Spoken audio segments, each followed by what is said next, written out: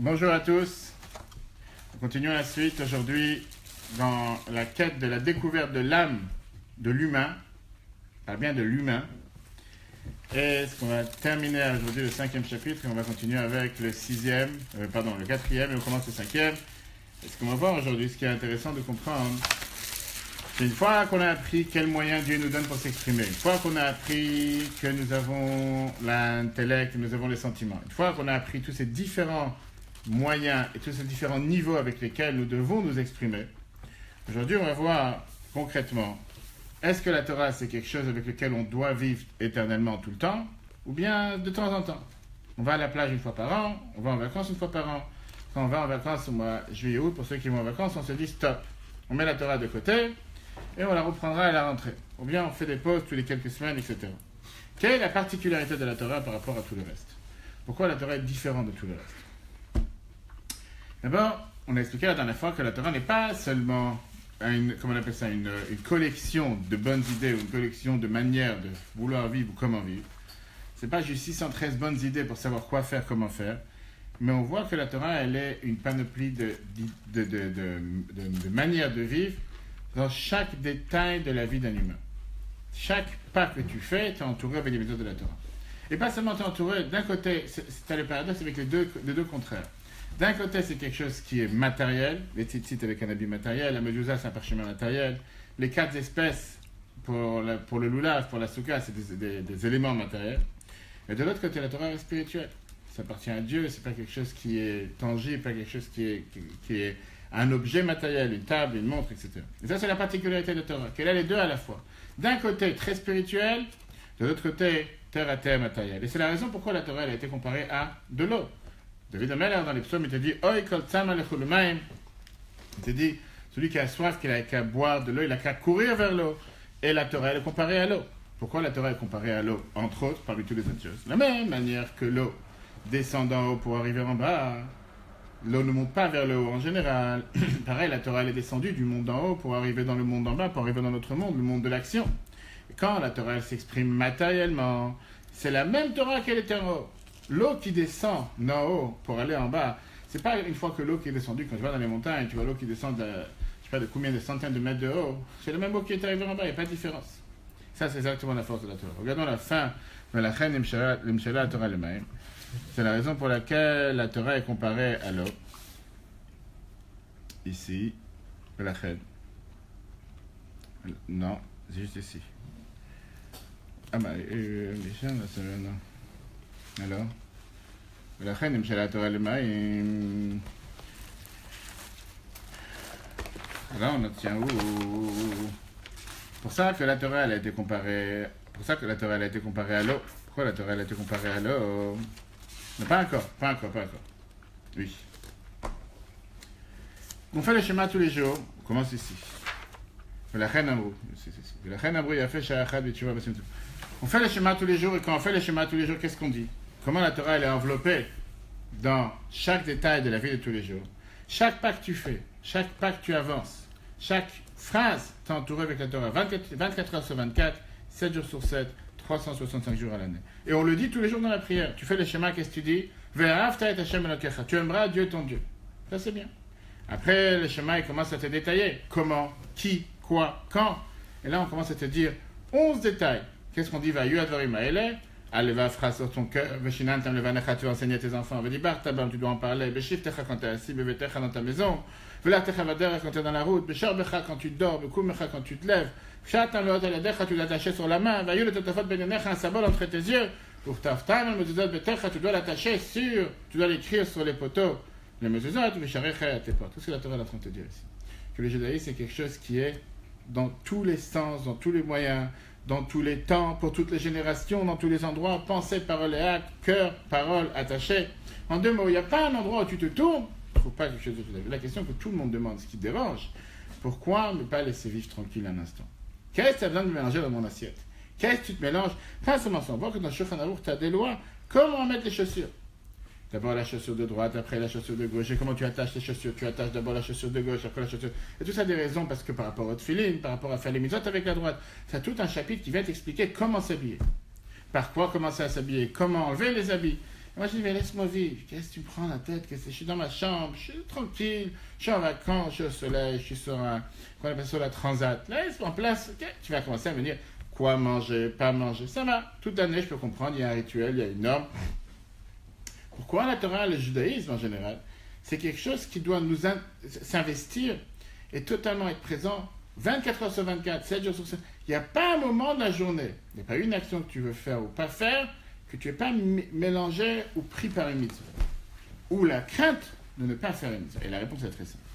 La réponse, elle est parce que, contrairement à toutes les autres religions, contrairement à toutes les autres pensées, contrairement à toutes les autres croyances, c'est pas juste un mode de vie. C'est pas juste, si tu vas faire le ramadan, tu vas être un bon musulman. Je ne fais pas pour toi. C'est un moyen d'être attaché à Dieu 24 heures sur 24, 7 jours sur 7. N'importe quelle chose que tu fais sur terre, Dieu veut que tu sois attaché avec lui. Dieu t'a donné ce merveilleux cadeau qui te donne la possibilité de s'attacher à lui 24 heures sur 24, 7 jours sur 7. Contrairement à ce que tu peux penser, que c'est seulement quand je suis en train de prier que je m'attache avec Dieu. Seulement quand je mets les tefilines, je m'attache avec Dieu. Seulement quand je prends la Torah, je m'attache avec Dieu. Mais quand je suis en train de manger, quand je suis en train de m'habiller, quand je suis dans ma salle de bain, je m'attache avec Dieu. La Torah te dit que oui. La Torah s'appelle Torah Traim. Qu'est-ce que ça veut dire une Torah de vie? Une Torah de vie, elle n'est pas détachée de la vie. La Torah, c'est la vie elle-même. Ce n'est pas juste un mode de vie. Comment agir quand tu es sur la route? Comment agir quand tu es en train de dormir? Non, tu n'as pas un moyen et tu n'as pas une fois que tu es déconnecté de la vie. Tu es tout le temps vivant. Ça, c'est exactement la Torah. C'est pour ça d'ailleurs que tu as 248 mitzvot. 248 mitzvot qui correspondent aux 248 membres. Il n'y a pas un coin, il n'y a pas un endroit où tu te tournes que tu ne trouves pas une mitzvah. 365 mitzvot négatifs, comme les 365 vaisseaux, ou les 365 jours de l'année, qui veut dire qu'il n'y a pas un instant dans lequel tu n'es pas attaché. Tu es tout le temps attaché avec Dieu, quoi que tu fasses. Et c'est pour ça que la Torah, justement, se mélange dans les choses les plus bas, les plus matérielles, les plus simples. Comme on l'a dit tout à l'heure, quelle différence si je mets la chaussure droite avant la gauche ou si je mets la chaussure gauche avant la droite?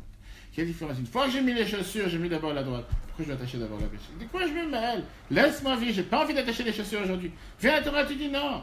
Quand tu mets tes chaussures, tu t'attaches avec Dieu. Quand tu enlaces tes chaussures, tu t'attaches avec Dieu. Quand tu mets ton habit, tu t'attaches avec Dieu. Chaque détail, tu t'attaches avec Dieu. Ça, c'est la fin du 4e chapitre. De qu'est-ce qu'on vient de voir? La Torah, elle englobe toute la personne. Quoi que tu fasses, la vie matérielle, il n'y a pas un instant que tu n'es pas enveloppé avec la Torah. Dans le texte, puisque la Torah, juste avant le point, la Torah et les mitzvot enveloppent les 10 attributs, les 10 forces, qui sont l'intellect et les sentiments. Vechol, Tayagevaréa, les 613 membres, Merosh, Avadragla, qui sont de la tête aux pieds. Arikula, Trura, Bitra, Achaim, et Hashem, Mamash. Toute l'âme de la personne est attachée avec un lien de vitalité avec Dieu lui-même. Veor, Hashem, Mamash, et cette lumière divine, Makifa, Malbisha, Merosha, Avadragla, elle nous enveloppe et elle nous habille de la tête aux pieds. Comme David Amelech, le roi David, il dit dans le Télim, dans les psaumes, Tsuri, mon créateur, Chesebo, je vais le visionner, je vais le voir, Uktiv, Katzin, et Ratzon, Tatren, Sheo, il te parle, Retsono, Vechachmato, Idbarer, de la vie, de la sagesse, de la volonté de Dieu, Amlubashim, qui sont habillés, Betorato dans la Torah, ou le Mitzvot dans les Mitzvot. La fameuse histoire qui racontait un des disciples d'un Moazakin qui s'appelait Rabbi Yekutiel, Lepler. Le Moazakin a voulu une fois lui donner la bénédiction qu'il soit riche, qu'il soit milliardaire. À l'époque, qui aurait refusé une telle bénédiction? Surtout aujourd'hui. Rabbi Yekutiel, il a répondu. Il a dit, je ne suis pas intéressé, parce que si jamais je vais avoir beaucoup de moyens, je ne vais pas pouvoir me concentrer dans mon service de Dieu. Prier, travailler, je vais totalement être pris par les affaires, les avions. Je ne sais pas ce qu'il y avait à l'époque, il y a 250 ans. Le Moazakan, il a dit, ok, je vais te donner une bénédiction que tu aies une longue vie. Pas 100 ans, 120, 180, largesse. Pareil, qui ne veut pas vivre 120 ans, vit comme ça à la plage, sur un yacht, 100 ans en train de prendre le soleil. Tu vois les choses qui défilent, les gens qui passent, tu vois tout ça sur Nouvelles. Il a dit, j'ai eu une condition avec cette bénédiction. Quelle condition? À condition que ce ne soit pas une vie de paysan. C'est pas qu'il avait quelque chose contre les paysans. L'idée, je ne voulais pas une vie qui soit vide, sans intérêt spirituel, sans aucun moyen. Juste être assis pour fumer une pipe du matin jusqu'au soir. Je me lève le matin à 5 heures, je prends mon café, je fume la pipe toute la journée, je reviens dormir le soir. J'ai aucun but avec une telle vie. Ça, c'est ce qu'il a répondu. Il dit, si ma vie, elle est pour être attachée, pour pouvoir faire des mitzvot, faire la volonté de Dieu du matin au soir, ça, oui, je vais avoir une longue vie. Mais être vivant juste pour regarder les feuilles qui bougent, de quoi ça sert? Puisque le judaïsme enveloppe toute la vie, puisque le judaïsme est présent dans toute la vie, la question qu'il nous demande, quel est le jour le plus important de la vie? Est-ce qu'il y a un jour qu'on peut dire, ça c'est le jour le plus important? Bien sûr, pour quelqu'un qui s'est marié, c'est-à-dire c'est le jour où je me suis marié, le jour où j'ai trouvé ma femme, etc. Il y a des gens qui vont dire que c'est le jour le plus malheureux de leur vie. Certains. Bon, très bien. Alors on pourra leur proposer le jour du divorce et se sont libérés de leurs soucis. Mais en règle générale, il y en a qui vont te dire le jour de leur naissance. Yom Holed, le jour où Dieu a envoyé un neshama sur terre. Le jour de la circoncision, le jour de la bar mitzvah, tu as commencé à faire les mitzvot, le jour du mariage, le jour où quelqu'un a eu son premier enfant, etc., etc. C'est une question qui a été demandée au Radbaz. Dans ces fameux responsables, il vient étudier la question qu'il a demandé avec un juif qui était en prison. Et après beaucoup d'efforts, on lui a proposé en lui disant qu'on te laisse une permission de sortir un jour dans l'année pour pouvoir faire ce que tu as envie. Et il ne savait pas quel jour choisir. Kippour, Pessah, Sukkot, Shabbat. Il a demandé la question au Radbaz, qui lui a répondu la chose suivante. Le premier jour que tu peux sortir, choisis de ne pas sortir. Pourquoi? Parce qu'aujourd'hui, tu as la possibilité de sortir de faire un mitzvah. Qu'est-ce que tu vas repousser dans 6 mois pour Kippour? Sors aujourd'hui et fais des mitzvahs. Chaque jour, c'est le jour le plus important. Il n'y a pas dans 6 mois, ça sera un jour important. Aujourd'hui, c'est un jour. Pourquoi? Parce qu'aujourd'hui, je peux faire des choses et m'attacher avec Dieu concrètement. Et si je ne le fais pas aujourd'hui, c'est un jour de perdu. Dieu m'a envoyé sur terre aujourd'hui pour pouvoir agir. Si aujourd'hui, je n'agis pas, c'est un jour qui a été totalement dans le vin. Et surtout, comme la Gemara nous le dit, c'est un jour que je ne pourrais pas rattraper. Je peux rattraper l'argent perdu, je ne peux pas rattraper un jour de travail qui a été perdu. Alors, ça conclut avec ce qu'on avait vu au départ. Quand je te demande la question, quel est le plus important dans la vie? Le monde d'en bas ou le monde d'en haut? Le Olam Hazeh ou le Olam Haba? Le monde présent ou le monde futur? Bien sûr que n'importe quelle personne qui connaît le monde futur, même s'il n'a jamais été, mais ce qu'on lui a raconté, c'est-à-dire le monde futur, le Olam Haba, tu vas voir, je ne sais pas qu'est-ce que tu imagines de pouvoir voir, mais certainement que le monde futur est plus important. Les gens s'imaginent que le monde futur, c'est beaucoup plus important que le monde présent. Parce que la Mishnah elle-même, dans les maximes de nos pères, on te dit que le monde présent, c'est un couloir par rapport au monde futur qui est considéré comme un palais. Ce monde, ça, on te dit que c'est un monde matériel, un monde obscur, un monde où il y a tellement de mal et tellement de mauvaises choses. La Torah, elle appelle ça l'olam hashakar, le monde du mensonge, où les gens ne sont pas droits, les gens ils sont égoïstes. Alors que le monde futur, on te dit que c'est l'olam haemet, le monde de la vérité, le monde spirituel, le monde réel. Quand je te demande, est-ce que tu préfères vivre dans un mensonge toute ta vie, ou préfères vivre dans un monde de vérité? C'est sûr que tu choisis de vivre dans un monde de vérité. Viens la Mishnah dans Pirkei Avot, elle te dit une bombe. La fameuse phrase qu'elle te dit, mieux vaut vivre 1 heure dans ce monde que toute la vie du monde futur. Contrairement à une autre religion qu'on ne va pas mentionner. La Torah, elle vient, elle te dit, tu cherches à savoir c'est quoi le monde le plus important sur Terre. Le monde d'en bas, le monde présent, pas le monde futur. Vivre 1 heure dans ce monde, c'est beaucoup plus important que tout le monde futur. C'est la fameuse histoire qu'on a racontée avec le Elazar ben Doud, que la Gemara Vadazara nous raconte, qu'il a réussi à réparer toutes ses erreurs en un instant. Et que jusqu'à qu'il y ait une voix qui est sortie du ciel en disant, il y a quelqu'un qui est capable de rattraper, de racheter son monde en un instant. Et la question qui est demandée, comment est-ce possible? Comment tu peux dire à quelqu'un qu'en étant présent dans ce monde 1 heure, tu as beaucoup plus de mérite et beaucoup plus de salaire et beaucoup plus de récompense et beaucoup plus de valeur et beaucoup plus de tout ce que tu veux que toute ta vie dans le monde futur? Alors qu'est-ce que je fais les mitzvot tous les journées? Qu'est-ce qu'on est en train de te vendre? Je me rappelle, j'étais une fois, quand j'étais en Ukraine, c'était en 94, et on organisait les circoncisions des adultes qui n'ont pas pu faire, des enfants qui n'ont pas pu faire la circoncision avec le communiste, et juste après la tombée du communisme. Et il y avait un Moël qui était présent là-bas, et on avait un doute sur un enfant, est-ce qu'il était vraiment juif, pas juif ou pas. Donc moi, j'ai parlé avec la famille, avec l'enfant, et il me dit, bon, on va faire la circoncision, mais je ne fais pas de bénédiction. Je sais pourquoi, c'est quoi cette idée? Il me fait, parce que j'ai peur de mon paquet dans le monde futur. Si jamais je fais une bénédiction en vain, faire un péché, tu parles avec quelqu'un qui est tellement saint des saints, il va savoir qu'est-ce qui va m'arriver plus tard. Je lui dis, tu penses au monde futur, tu penses au monde présent. Qu'est-ce que tu penses à ce qui va se passer dans 120 ans? La fameuse histoire que la Bible racontait à chaque fois en 1951. À l'époque, c'était très nouveau, c'était tout nouveau en Amérique, l'assurance vie. Des gens qui disaient, je vais écrire dans l'assurance vie qu'à 120 ans, je vais donner des zakas à telle institution, je vais donner des zakas à telle institution, qu'on fasse avec mon argent telle et telle chose. Et tu veux avoir une garantie de ce que tu vas, d'avoir la plus bonne vie sur Terre. Fais des zakas aujourd'hui, qu'est-ce que tu attends? Qu'est-ce que c'est après 120 ans? Non, mais une assurance vie. Tu es en train de payer une institution, je ne sais pas, tu payes une banque, quoi que ce soit, tous les jours une mensualité. Tu as 120 ans, il faut que la personne parte de ce monde. On fasse des choses. Décide aujourd'hui de ton propre gré ce que tu veux faire avec tes biens. Qu'est-ce que tu dois attendre à 120 ans? Qu'est-ce que c'est avec toi? Maintenant, on va comprendre pourquoi d'un côté, la Torah nous enveloppe à chaque instant. De l'autre côté, le monde dans lequel nous sommes, tu ne peux pas vivre sans mitzvot. Ah, la fameuse question, mais voilà, je vois que des centaines de millions de personnes dans le monde vivent sans mitzvot. Tout d'abord, les mitzvot n'ont pas été données au monde entier. Données au peuple juif. Mais bien, la Torah te dit que puisque les Neshamot, les âmes dans le monde futur sont à un niveau très élevé, ils profitent de la divinité, a priori, ça aurait été une situation idéale. Mais la Torah te dit que non. Les Neshamot, les âmes qui sont dans le monde futur n'ont plus cette possibilité de pouvoir s'attacher avec Dieu. La seule possibilité qu'on a de s'attacher avec Dieu, c'est quand on est dans ce monde terrestre, dans ce monde matériel, dans ce monde grossier, dans ce monde mensonger, dans ce monde mal, dans ce monde mauvais. C'est là que Dieu il a voulu s'installer. Dieu n'a pas créé un temple dans le monde en haut. Il a créé un temple dans ce monde. Pourquoi? Parce qu'il t'a dit c'est seulement dans ce monde, seulement en agissant envers Dieu dans ce monde, en faisant une mitzvah à chaque instant, en mangeant, en buvant, en dormant, c'est là qu'on s'attache avec Dieu. Alors quand je te demande au final maintenant, quel monde tu préfères?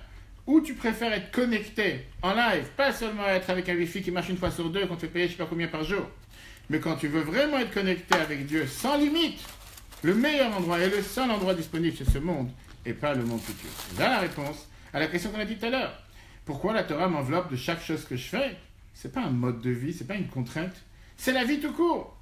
Si je ne suis pas en train de faire une mitzvah, si chaque chose que je fais n'est pas attachée avec une mitzvah, je ne suis pas en train de vivre. Pour pouvoir vivre, je dois faire des mitzvot. Et c'est la raison pourquoi la Mishnah te dit dans Maxime de nos pères, sera mitzvah, mitzvah.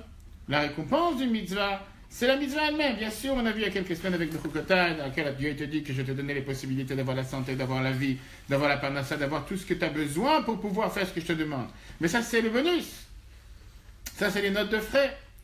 Mais la mitzvah même, c'est le salaire, parce que grâce à ça que tu as fait une mitzvah, à chaque des chants de mes mitzvotav et tzivan, ou que tu m'as pas seulement choisi, sélectionné, sanctifié pour faire cette mitzvah, tu m'as attaché avec cette mitzvah. Le fait que tu fais la volonté de Dieu, automatiquement, tu es attaché avec Dieu à chaque instant. Bien, l'Admor Azaken termine ce chapitre. Mais la reine Ambrou, il te dit ce qu'on vient de voir, c'est pour ça qu'on te dit qu'il y a fait Sha'achad B'tshuva Ma'asim Tovim Ba'olam Hazeh Mikol Chaya Olam. Voilà la raison pourquoi 1 heure de tchouva et de bonnes actions dans ce monde sont mieux que toute la vie du monde futur, ce qui est écrit dans la Mishnah. Alors la question qui est demandée, comment est-ce possible? C'est très simple. Parce que là-bas, le monde futur, où là-bas, c'est le Club Med. Tu es assis sur un transat, tu profites de la divinité sur terre. Chez où tu as un Nuga Saga, c'est quoi? Ça veut dire que les âmes sont en train de profiter de la connaissance, de la compréhension divine. Mais Ve'ifchar le Shum n'ivra aucune créature sur terre.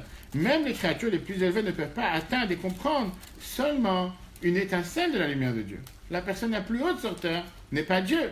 Une émanation de Dieu, la plus haute qui peut être, c'est seulement un rayon. C'est pas Dieu lui-même. C'est pour ça que c'est appelé Ziva Shrina, comme un rayon de la divinité. Mais par contre, avant la mais Dieu en personne, personne ne peut le comprendre, personne ne peut l'atteindre. Donc même si tu es sur un transat au paradis, tu es loin du compte. Kim, Kachat fait ça, le seul moyen de pouvoir s'attacher avec Dieu, d'attraper Dieu, si on peut dire. Quand tu fais la Torah sur terre, et tu fais les mitzvot sur terre, ton âme est attachée avec Dieu. Elle est attachée avec Akadosh Baruch Hu Mamash, réellement avec Dieu. Pourquoi? Parce que le Zohar te dit parce que Dieu et la Torah forment seulement un, ne forment pas deux. Comme c'est connu. Pardon. Baal Shem Tov, l'auteur de la Chassidut, une fois, il a eu une mauvaise nouvelle. C'est quoi la mauvaise nouvelle? Pas que le repas du midi il a cramé, qu'il a brûlé ou il faisait trop chaud, il n'a pas la clim. Mais la mauvaise nouvelle, c'était qu'il a perdu sa partie dans le monde futur. Sa partie qu'il avait dans le Gan Eden. Elle lui a été enlevée. Quelqu'un de normal qui connaît l'importance, où il serait évanoui, où il serait devenu déprimé, ou les deux ensemble. Le Baal Shem Tov, il a commencé à danser. Ses élèves lui demandaient: qu'est-ce que tu danses? Quelle mauvaise nouvelle! Peu importe pourquoi, comment? Il a répondu: jusqu'à maintenant, je pouvais avoir un seul doute, que j'ai fait ce que Dieu me demande pour pouvoir avoir une partie dans le monde futur. Maintenant que je sais, j'ai plus rien là-bas. Moi, j'ai fait ce que Dieu me demande parce qu'il faut faire ce que Dieu me demande. Alors, on peut être avec une grande extase, on peut être très joyeux de savoir, tu sais quoi? Quand je mange, je suis attaché à Dieu. Quand je mets mes chaussures, je suis attaché à Dieu. Quand je mets un habit, je suis attaché à Dieu. Ça a l'air simple. Mais quand tu ouvres les yeux, tu commences à voir que les choses sont pas si simples que ça. Pourquoi c'est pas si simple? Parce que tu vois que les mitzvot que tu fais ne sont pas des mitzvot divines. En quoi tu fais une mitzvah en mettant une chaussure, le pied droit avant le pied gauche? En quoi tu fais une mitzvah par ça que quand tu te coupes les cheveux, tu fais attention de ne pas couper les coins et de couper de telle manière? Quand tu fais une mitzvah, c'est des choses qui sont totalement basiques, naturelles. Mais la Torah dit, c'est très simple. C'est écrit que la soukha, par exemple, c'est une enveloppe, c'est une manière comment Dieu s'attache avec nous. La Torah nous dit, qu'est-ce que ça veut dire? Tu enlaces une personne. Quand une personne enlace une autre avec la main, c'est ma main qui t'attrape, c'est ma main qui t'enlace. Avec la poignée, les doigts et la main. dans la souka, on te dit qu'il faut avoir un minimum 3 murs. 3 murs c'est minimum, voire 2 et 4, 3, on fait 4 en général. Grâce à ça, Dieu nous enlace. Et donc, quand tu es assis dans la souka, tu es enlacé, tu es pris avec Dieu. Mais quand tu ouvres les yeux, qu'est-ce que tu vois dans la souka? Tu vois les murs, tu vois les straps, tu vois les décorations, tu vois les fruits qui sont en train de tomber. Si tu as la chance d'être en Israël, dans un pays où il fait chaud, tu as la clim dans la souka, surtout pour ceux qui ont l'habitude de dormir dans la souka, mais tu ne vois pas Dieu. En aucun cas, tu vois Dieu. Quand tu es en train de manger au restaurant le midi, tu ne vois pas Dieu dans ton assiette. Peut-être tu penses à Dieu, mais tu ne vas pas voir Dieu dans ton assiette. Ou bien quand on parle des tzitzit, qu'est-ce que ça veut dire on voit les tzitzit? Tu fais la bracha tous les matins, qu'on soit enveloppé, qu'on soit habillé avec l'habit des tzitzit. Le Zohar te dit que quand tu es habillé dans les tzitzit, la lumière de Dieu, elle t'enveloppe de tous les quatre coins. C'est pour ça qu'on fait ce qu'on appelle, on s'enveloppe avec les tzitzit, etc. Tu ouvres les yeux. Tu as une simple matière de coton. Coton, laine, avec 4 fils qui pendent, qu'on a pris d'un mouton, qu'on a pris d'une brebis, qu'on a fait avec sa fils. Pareil les bougies de Shabbat. La femme, elle met les mains sur les yeux, elle se coupe les yeux, la petite fille pour faire la bénédiction, elle prie à Dieu d'allumer les bougies, en pensant que comme ça je fais rentrer Shabbat et qu'il y a la lumière spirituelle qui rentre dans la maison, et la protection divine, et la protection pour le couple, et la moyenne dans le couple. Et quand elle ouvre les yeux, qu'est-ce qu'elle voit? Un simple bougeoir, avec de l'huile, avec des bougies, avec une mèche. Il n'y a rien de divinité dedans, il n'y a rien de spirituel, c'est quelque chose de tellement simple. Alors comment faire une mitzvah matérielle veut dire qu'on vient de voir ce que le Zohar te dit, que Dieu et la Torah c'est un. Et quand je fais la mitzvah, je m'attache avec Dieu, je m'enveloppe avec Dieu. Je m'enveloppe pas avec Dieu, j'arrête de me mettre une bougie sur la table. Quel rapport avec Dieu et la bougie? La réponse est très simple. Et sur ça, la Chassidoute amène un exemple avec un roi. Un roi qui t'enveloppe ou qui t'enlace par amour. En hiver, un roi il a beaucoup plus d'habits. En été, il a beaucoup moins d'habits. Certaines personnes en été se demandent pourquoi ils doivent mettre un habit, ou bien vous mettre un habit, plus l'habit il est troué, mieux il est normal. En général, un roi il va avoir une fourrure, il va avoir une veste, il va avoir un gilet, il va avoir plusieurs. Est-ce qu'il y a une différence de l'enlacement du roi envers la personne en été ou en hiver? Soit en été, soit en hiver, l'enlacement est exactement le même. Parce que ce qui est important, ce n'est pas les habits du roi. Ce qui est important, c'est que le roi qui se trouve à l'intérieur des habits. Alors c'est vrai qu'en hiver, il y a plus d'habits, en été, il y a moins d'habits. Mais l'essentiel, c'est qu'à l'intérieur de ces habits se trouve le roi. Bien, la Chassidoute te dit, c'est exactement la même chose avec Dieu. Dieu nous enlace et il nous donne la possibilité de s'attacher à lui à travers les mitzvot. Maintenant, nous, on n'a pas la possibilité d'attacher Dieu de manière dévoilée. Pourquoi? Parce que Dieu, il est spirituel. Et donc Dieu, il s'attache avec nous à travers des habits. Et ça, ce sont les objets matériels avec lesquels on fait les mitzvot. Dans la soukha, c'est à travers les murs de la soukha. Avec les tzitzit, c'est avec le talit. Avec la bougie de Shabbat, c'est la lumière qui est amenée. Et donc, ce n'est pas le fait que la mitzvah est faite avec des objets matériels qui fait que Dieu est détaché de cet objet. C'est à travers cet objet qu'on s'attache avec Dieu, même si on ne le voit pas.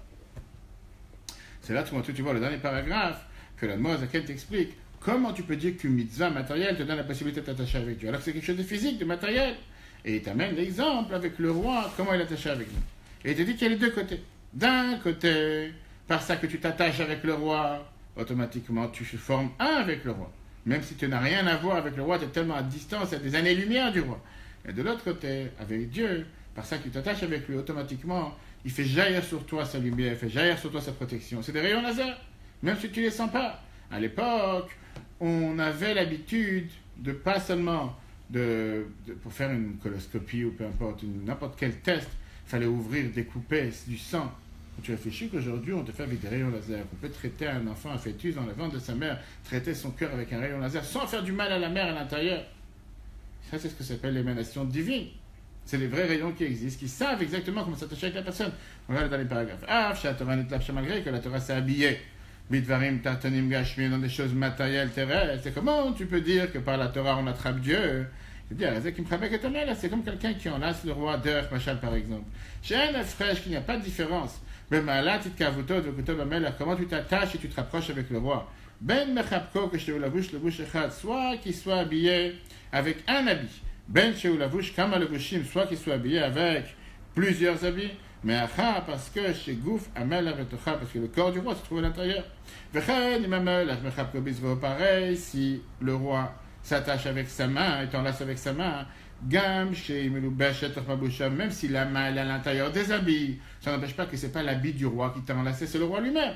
Comme chez Katou, comme c'est écrit justement sur la Soukha. Viminot Rapkeni, qui c'est ma droite, m'enlace, chez Yé Torah, qui ça représente la Torah, chez Nitna Miyamin, qui a été donné par la droite, chez Prinat, qui ça représente Chesed, la montée, ou Maïm. Et donc, Avec ça, on a terminé le 4e chapitre. Qu'est-ce qu'on vient de voir? Tous ces chapitres sont faits un résumé. Il a été dédié aux différents habits, différentes marques. Quels habits on a? Dans le premier cours, on avait vu les 3 différents habits que Dieu nous a donnés, pensée, parole et acte. Et on a compris quels sont leurs aspects, quels sont leurs devoirs par rapport à l'âme. Dans le deuxième cours, on a vu ensemble qu'il y a des habits qui sont totalement déconnectés de l'âme. C'est des moyens d'expression pour l'âme, mais au final, ils ne sont pas, c'est pas eux qui décident qui est la personne. Néanmoins, ils ont un avantage par rapport à l'âme, le fait qu'à travers eux, on peut exprimer l'âme. Si tu n'aurais pas eu ces moyens de pouvoir exprimer ton âme, tu n'aurais jamais pu rien faire. Donc, ce n'est pas eux qui définissent qui est la personne, mais à travers ces habits, on sait qui est la personne. On a compris qu'on ne peut pas s'attacher à Dieu avec une parole, avec une pensée. Le seul moyen, c'est en faisant ce que Dieu nous demande, en faisant les mitzvot qu'il nous a demandé. C'est la seule manière de pouvoir s'attacher et être vivant avec Dieu. Ce qu'on vient de voir aujourd'hui, c'est que quand tu fais les mitzvot, et quand tu fais les mitzvot de manière matérielle, à ce moment-là, tu t'attaches avec Dieu. L'avantage de faire les mitzvot dans ce monde, par rapport aux mitzvot dans le monde futur, d'abord, il n'y en a pas. Les mitzvot dans le monde futur, c'est plutôt vivre et réfléchir, profiter de la divinité, mais il n'y a pas une mitzvah sur terre. Le seul moyen, c'est en s'attachant avec Dieu sur terre. Ok, alors la question qui est, quel message on peut prendre de ça dans la vie quotidienne? Les gens te disent, je peux être un bon juif quand je suis à la synagogue. J'ai Kippour, Shabbat, tous les jours. Je vais au minyan le matin, je vais au minyan le soir. Là, je comprends. Hier, je suis parti voir un juif, 77, et pour mettre les tefilines. C'était une femme. Donc, j'avais le monsieur avec qui je mets les tefilines. La femme qui est à côté me fait, non, je vous en prie, pas ici. D'abord, je n'allais pas lui mettre les tefilines. Mais je lui ai dit, expliquez-moi qu'est-ce que ça veut dire, non, pas ici. Puis vous comprenez, je suis gêné, le bureau, c'est pas vraiment l'endroit. Le bureau, c'est... Je suis comme tout le monde. Je suis pas normal. Tu veux que je fasse quelque chose de religieux? Moi, c'est chez moi, à la maison, à la synagogue. Et ça, c'est ce qu'on vient d'apprendre ici. Est-ce que Dieu, il attend de nous d'être un juif à la synagogue ou de se comporter comme un juif 24 heures sur 24, 7 jours sur 7? On vient de faire Shavuot. Qu'est-ce que Dieu il a choisi Shavuot? Il a choisi l'âme du peuple juif ou le corps du peuple juif? Et la Chassidut explique que l'âme, il n'a pas besoin de la choisir. L'âme, c'est une parcelle divine. L'âme, c'est un morceau de Dieu. Le jour de Shavuot, Dieu il a choisi le corps de l'être humain, le corps juif. Faire sa distinction entre le peuple juif qui a accepté de faire la Torah et les mitzvot et ceux qui n'ont pas accepté de le faire. Quand quelqu'un il se dit, moi je suis un bon juif quand je suis à la synagogue, quand je suis en train d'étudier, mais à la maison, laisse-moi vivre. Je vais de faire entrer à la maison n'importe quel appareil, n'importe quel film, faire entrer toutes les saletés de la rue dans la maison. Alors que dans la rue normale, alors Bill avait fait une fois parler une fois, un long discours sur la télévision. C'était en 1958. Quand tu réfléchis, je ne sais pas combien de personnes avaient des télévisions en 1958. Et je ne sais même pas penser qu'est-ce qu'avait l'air une télévision à l'époque. Aujourd'hui, tu sais que les télévisions, c'est des écrans plats. Non, c'est déjà plus les écrans plats, maintenant ils sont déjà courbés, c'est déjà panoramique. C'est nouveau style. À l'époque, c'était plat. Quand tu avant plat, tu avais des télévisions qui prenaient la moitié de la table. C'est même pas pour mettre le clavier pour l'ordinateur. Et après, je ne sais pas précisément en 58.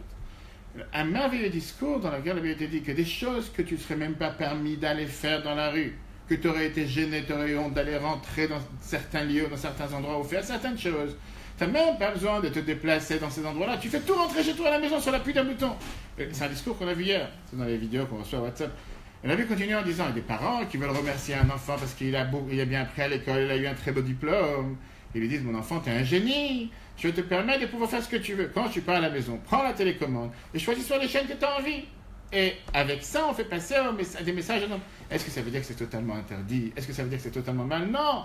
Mais ça veut dire que la Torah te dit, ça va, il a tellement appris tous les jours, il a bien appris à l'école. Je vais le récompenser. Comment? En lui amenant toutes les plus grandes saletés, les plus grandes mauvaises choses sur terre que dans la vie normale, tu n'aurais même pas pensé qu'il aurait pu avoir à faire avec. La réponse par rapport à toutes les questions qu'on vient de dire, c'est oui. La Torah n'attend pas de toi d'être un juif seulement à la synagogue. Seulement quand tu pries. C'est tout à fait normal qu'il y ait un non-juif et prie. Peut-être qu'il prie différemment, mais pas les tefilines, pas les talit, pas les bougies de Shabbat. Repas de Shabbat. Ok, on va parler un mot de Torah, c'est normal, les enfants qui ont appris à l'école, il faut les faire parler. Mais qu'est-ce qui se passe si c'est pas un repas de Shabbat, c'est un repas de la semaine? Qu'est-ce qu'il y a pendant un repas de la semaine? Je peux me comporter comme n'importe quel animal sur terre. Je peux manger tout et n'importe quoi. Je ne suis pas obligé de faire une bénédiction. Je ne fais pas attention entre la viande, poisson-viande, etc., etc. Viens, la Torah, elle te dit que non. Tu vas au bureau, une boîte de zakat sur la table. Tu vas dans la voiture, un livre de Torah dans la voiture. Et quand tu demandes la question, mais pourquoi? Laisse-moi vivre. Laisse la religion tranquille. Qu'est-ce que j'ai besoin d'avoir 24 heures de religion? La Torah te dit, c'est pas te laisser tranquille. C'est l'oxygène. Tu ne peux pas vivre sans oxygène. C'est comme si tu dirais, non, j'ai de l'oxygène. Quand j'ai besoin, quelqu'un qui est malade, il a besoin d'avoir un masque. besoin d'avoir un casque, besoin d'avoir les tuyaux, que Dieu nous en présente. Toujours quelqu'un qui conduit avec une bouteille d'oxygène à côté, il a les tuyaux. Malheureusement, quand tu as la possibilité de vivre sans oxygène, laisse-moi vivre sans oxygène. Quelqu'un qui parle comme ça, c'est pas de quoi il parle. Qu'est-ce que ça a été fait? Tu as des gens qui sont en train de faire du sport, qui font du vélo tous les matins. Et tout d'un coup, tu entends hier, il y avait dans les nouvelles que 3 personnes sont mortes en pleine chaleur, elles n'ont pas fait 100 ans en train de faire leur sport. Hier, je ne sais pas où, en France. Et tu leur dis, pourquoi? Là, je veux vivre sans oxygène, tu ne peux pas vivre sans oxygène. Prochain coup, on verra ensemble, c'est le début du 5e chapitre. Qui est basé sur ce qu'on vient de voir, que les mitzvot enveloppent toute la personne, que les mitzvot sont un moyen de s'attacher avec Dieu. Ce n'est pas juste un mode de vie, mais c'est la vie tout court, c'est l'oxygène tout court. Est-ce que dans la Torah, ça existe la définition de vacances de judaïsme? Est-ce que je peux vraiment me séparer est-ce que je peux mettre le judaïsme en valise? Je vais en vacances, j'ai ma valise avec toutes mes affaires, j'ai ma deuxième valise avec tous mes jeux, et j'ai une petite valise de religion. Je laisse cette valise tranquille, si elle est perdue, c'est pas grave. La fameuse histoire qui racontait qu'une fois quelqu'un qui était dans un avion, dans le ciel, il voulait faire une certaine chose qui n'était pas correcte, et la personne a dit, mais tu n'es pas considéré un juif religieux. Il a dit la fameuse phrase qui est écrite dans la Torah, Lo b'shamayim, la Torah n'est pas dans les ciels. La fameuse phrase que Moshe il a dit, que Dieu nous a donné la Torah sur terre, etc. Disons, le ciel, on est plus haut que le monde, on est plus haut que la planète. On n'est pas limité avec ces dernières minutes. La question qui est demandée, très bien, est-ce que dans la Torah, il y a un moyen de pouvoir aller en vacances? Pas d'aller en vacances, la Torah elle est pour les vacances. La Bible parlait chaque année de l'importance qu'il faut aller en vacances, prendre des forces pour son âme, prendre des forces pour son corps, pour pouvoir après continuer encore une année. Mais est-ce que je peux me mettre en retrait de la Torah? Est-ce que je peux me mettre en vacances de la Torah? Est-ce que je peux mettre mon judaïsme en veille, en mode veille ou en parenthèse? 2 mois, je vais kiffer comme j'ai envie, je vais faire tout ce que j'ai envie pendant 2 mois, c'est les vacances, et après on va se remettre dans le bain, comme on dit. Ça, c'est ce qu'on verra la prochaine fois, qui est que si on a compris quel est le but des mitzvot, qui n'est pas un mode de vie, qui n'est pas un moyen de s'attacher seulement avec Dieu, qui n'est pas une contrainte ou qui n'est pas une épreuve, à ce moment-là, je ne peux même pas imaginer poser une telle question ou vivre un instant sans mitzvah. Mais non, est-ce que faire la mitzvah veut dire la faire par contrainte? 100% non. On vient de voir une lettre du Rabbi aujourd'hui, très belle lettre dans laquelle le Rabbi dit que quand quelqu'un il fait une mitzvah, par définition, il doit la faire avec joie. Faire quelque chose par contrainte, faire quelque chose parce que j'ai peur d'un coup de bâton sur la tête, ou parce que j'ai peur d'un coup de soleil, il ne faut mieux pas faire. Bien sûr qu'au final, il a fait la mitzvah. Mais fais-la avec joie. Bien sûr, comprends, apprends, essaie de comprendre l'intérêt. Pourquoi tu fais la mitzvah? Quel est le but de la mitzvah? Et là, tu verras la différence. Que quand tu fais cette mitzvah, c'est un autre sens. En train de manger, contrairement à toutes les religions. Ou tu vois une religion quand tu dis que quand tu manges, tu es en train d'élever le matériel vers le spirituel.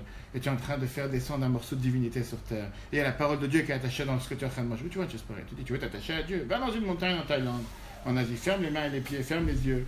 Pendant 7 jours, tu ne parles pas, tu ne bouges pas, tu respires presque pas. Tu as touché à la divinité. Et combien de nos frères et sœurs, des centaines de milliers d'Israéliens le font? Et après qu'ils sont redescendus de ces gourous, ils descendent en bas, ils voient les bêtes en bas de chez eux. Puis toi, maintenant, j'ai découvert la spiritualité. En bas de chez moi, en Israël, à Tel Aviv, à Anam, à Kfar Saba, peu importe, j'ai des centaines de synagogues, j'ai jamais mis les pieds. Maintenant, je suis arrivé chez ce gourou qui m'a fait comprendre comment je peux atteindre la divinité. Après 7 jours, j'ai mal à la tête, j'ai perdu du poids, je suis pas... Maintenant, j'ai découvert le travail de Mathieu. Maintenant, j'ai découvert c'est quoi Shabbat. Tiens, la Torah te dit, tu peux atteindre la divinité avec des choses matérielles, pas avec des choses spirituelles. Et ça revient à ce qu'on a dit plusieurs fois. La seule Torah, la seule religion que Dieu te promet des mérites et des salaires matériels, c'est la religion juive. Tu n'as pas de religion pareille. Il n'y a pas ici, tu auras dans le paradis matériel terrestre, tu fais ce que Dieu te demande, tu auras la santé, tu auras la parnassa, tu auras tout ce que tu as besoin.